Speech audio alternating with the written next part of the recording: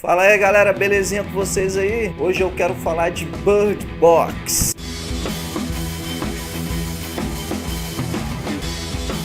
Galera, esse vídeo não vai ser um vídeo, tipo um review do filme, né? Falando de aspectos relacionados a roteiro, esses negócios. Eu não quero falar disso, mas eu quero falar dos aspectos filosóficos do filme. Independente do final, independente do que acontece, independente da narrativa, não é isso. Eu quero falar dos aspectos filosóficos que nós temos ali e me acompanhe que você vai gostar.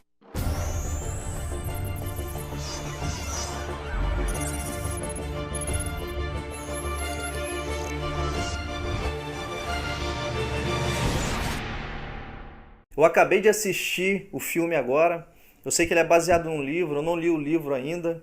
Mas é claro que muitas pessoas reclamaram, porque, lógico, não dá para você fazer tudo num filme, colocar todas as densidades, todos aqueles detalhes do livro no filme, né? Mas é interessante, eu quero falar aqui de alguns aspectos, porque esse filme ele fala muito sobre dois pontos importantes, sobre o sofrimento do mundo e como nós vamos enfrentá-lo, né?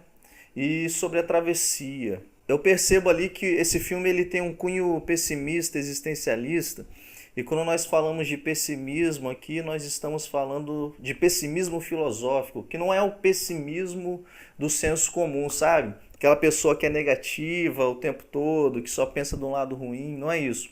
Pessimismo filosófico ele está muito atrelado com a reflexão sobre o mundo, tendo em vista que o mundo ele é um local hostil, digamos assim, né? Você pega lá Schopenhauer no livro dele O Mundo como Vontade e como Representação, logo de início ele já fala, o mundo é sofrimento. Você já chega a essa conclusão ali, né?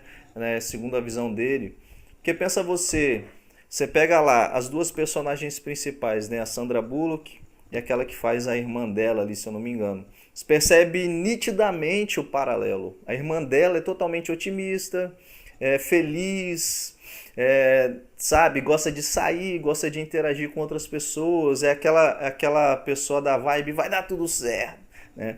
E a irmã dela, a personagem da Sandra Bullock, é totalmente o oposto, né? Uma pessoa que prefere ficar sozinha, não gosta de sair de casa, está sempre ali fechada em si mesmo e tem uma visão meio que pessimista da realidade, percebe? Tanto é que ela está grávida e ela tem um momento lá que ela fala, eu estou nessa situação, mais ou menos isso.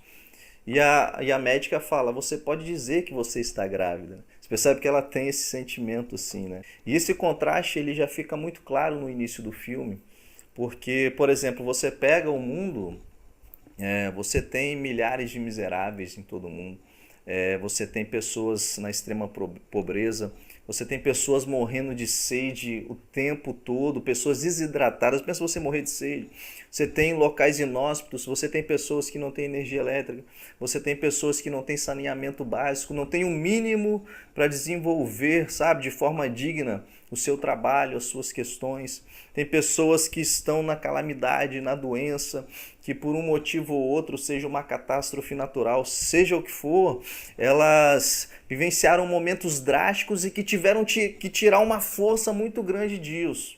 Por isso esse filme não interessam as criaturas, não interessa o final. Eu sei que muita gente não gostou porque não teve explicação. O filme, porque estão analisando como se fosse apenas um filme. Você pode fazer isso, você tem essa liberdade de não gostar do filme, nesse sentido. Mas acontece que esse filme, ele fala sobre a existência, a realidade. Como você vai enfrentar um momento difícil. As criaturas são metafóricas, digamos assim. As coisas ali são meio que arquétipos de questões da vida, né? Você tem situações difíceis para enfrentar e você tem várias pessoas ali e cada uma tem uma postura frente à vida. E o autor preferiu colocar a personagem principal como tendo essa atitude meio que existencialista, meio que pessimista da vida. Você pode ver que quando ela fala com as crianças, além dela chamar de boy e girl, né? Não dá nome aos filhos, ela fala muito duro com eles, porque está preparando para a vida, está preparando para esses momentos difíceis, percebe? Então uma pessoa muito alegre, muito contentinha, daquela galera, vai dar tudo certo, essa pessoa que 2019 vai ser o melhor ano da minha vida, né? Como se não tivesse que enfrentar nenhuma batalha, ou como se não tivesse que se esforçar para fazer alguma coisa. Não estou dizendo que pessoas muito otimistas, muito para cima estejam erradas, não é isso, mas eu estou falando que geralmente pessoas assim, quando se deparam com algo muito terrível, não sabem como reagir. Mas a Sandra Bullock ali, o personagem dela, você percebe que pela posição dela frente à realidade, ela é a que consegue sobreviver daquele grupo. É que consegue manter vivos seus filhos, por mais que a gente olhe por um olhar, né, um olhar mais assim de compaixão, você fala, nossa, tá errado isso aí, essa forma dela, questionar essa forma da personagem tratar as crianças. Mas o importante ali era sobreviver. Quando a gente fala de mundo como sofrimento, que é o que nós citamos aqui do Schopenhauer, por que ele diz isso? Porque ele olha para o mundo e ele só vê problema, só vê sofrimento mesmo. É doença, é catástrofe natural. É... Pela nossa tecnologia a gente consegue amenizar o sofrimento. Não é que nós somos o tempo todo felizes, digamos assim, e com momentos de sofrimento. Não, a vida ela é sofrimento nessa interpretação, com momentos que você gera uma felicidade, digamos assim. Então, pela nossa tecnologia, você consegue ter um conforto, você consegue amenizar os problemas da existência. Mas se você for olhar a existência nua como ela é, sem as suas âncoras, que é o caso do filme, o filme tira todas as âncoras. Os sistemas caem, você está enclausurado, você não tem aquele sentimento de segurança, uma âncora que você possa estacionar, né? E interessante quando ela faz a travessia, nós vamos falar daqui a pouco desse aspecto, essa questão da âncora, né? De você ter aonde se agarrar. Ali e outra coisa, você não pode ver, né? A visão ela está sempre atrelada no senso comum ao entendimento, né? Você viu, você percebeu, você entendeu. A visão ela tem esse papel, né? De você enxergar no sentido de entender as coisas. E ali você está impedido disso. Então, estando impedido disso, você não consegue saber o que está acontecendo lá fora. E não sabendo o que está acontecendo, porque a vida é isso mesmo. Você consegue entender todos os aspectos das coisas que acontecem ao seu redor. Existem pessoas que construíram a sua casa, fizeram o seu sonho sua vida toda, aí veio um furacão, um tsunami e derrubou em poucos segundos. Você tem lá aquele tsunami na Ásia, você tem aquele terremoto no Haiti, você tem o tempo todo coisas acontecendo que você não domina, que você não tem controle, que você talvez não entende completamente por que essas coisas acontecem, por que coisas ruins acontecem a pessoas boas. Você fica com essas indagações e é nesse sentido que nós queremos falar aqui. É de coisas que você não sabe por que elas se articulam ao seu redor, mas você tem que enfrentar assim mesmo. O que você faz quando a casa cai por conta de um desastre natural? Uma pessoa que sabe que é baleada na rua, que acontecem muitas coisas. O que você faz diante desse problema? E aí a gente se lembra de Sartre, né? Sartre ele diz assim, em determinado momento, não importa o que fizeram de mim, importa com o que eu faço com o que fizeram de mim. Ou seja, depois que aconteceu, seja lá o que for, qual é a minha postura? Minha postura de quietude ou minha postura de ação? Você pega aqueles personagens, você tem duas grávidas ali, interessante, né? Uma tem é mais passiva e a outra é mais ativa. Então, qual das duas sobreviveu? Então tem essa coisa de você enfrentar a realidade, tirando forças, sabe-se lá da onde. Interessante que eles colocam ela como grávida, né?